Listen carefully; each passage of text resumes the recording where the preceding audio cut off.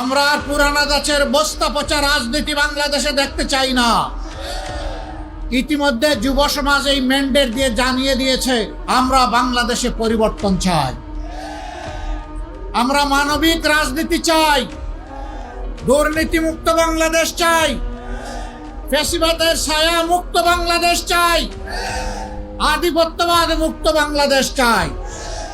যারা জনগণের এই দাবি বুঝতে পারে না, জনগণের বুকের ভাষা বুঝে না, ইনশাআল্লাহ বাংলাদেশের সংগ্রামী জনগণ আগামী 12 তারিখ তাদেরকে বুঝিয়ে দেবে। এই দেশে নতুন একটা পেশা এখন খুব ভালো চলতেছে। এই পেশার নাম কি আপনারা বলতে পারবেন? কি নাম?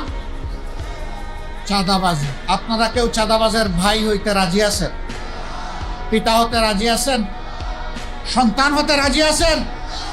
মায়েরা বোনেরা এখানে আছেন, কেউ চাঁদাবাজের স্ত্রী হতে রাজি আছেন? আজকের এই জনসভা থেকে আমরা যারা এই পেশায় যুক্ত তাদেরকে অনুরোধ করব, ভালো পথে ফিরে আসুন। আমরা আপনাদের হালাল রুজির জন্য জায়গা করে দেব ইনশাআল্লাহ।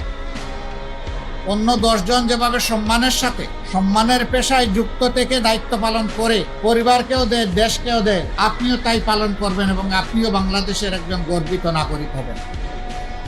কিন্তু যদি এই পথ বাদ না দেন, আমরা একদম সাফ জানিয়ে দিচ্ছি, আমাদের পক্ষ থেকে কমপ্লিট লাল কার্ড।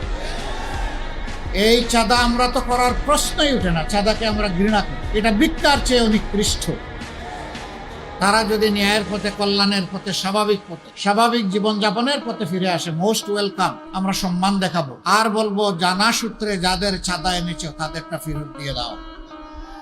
যদি চাঁদা ফেরত দিতে না পারো, তারা যদি ব্যবসায়ী হয়, তাদের কর্মচারী হয়, তার ঋণ পরিশোধ করো। বাকিটা রাষ্ট্র তোমার পাশে দাঁড়িয়ে তোমাকে প্রোটেকশন দিবে ইনশাআল্লাহ।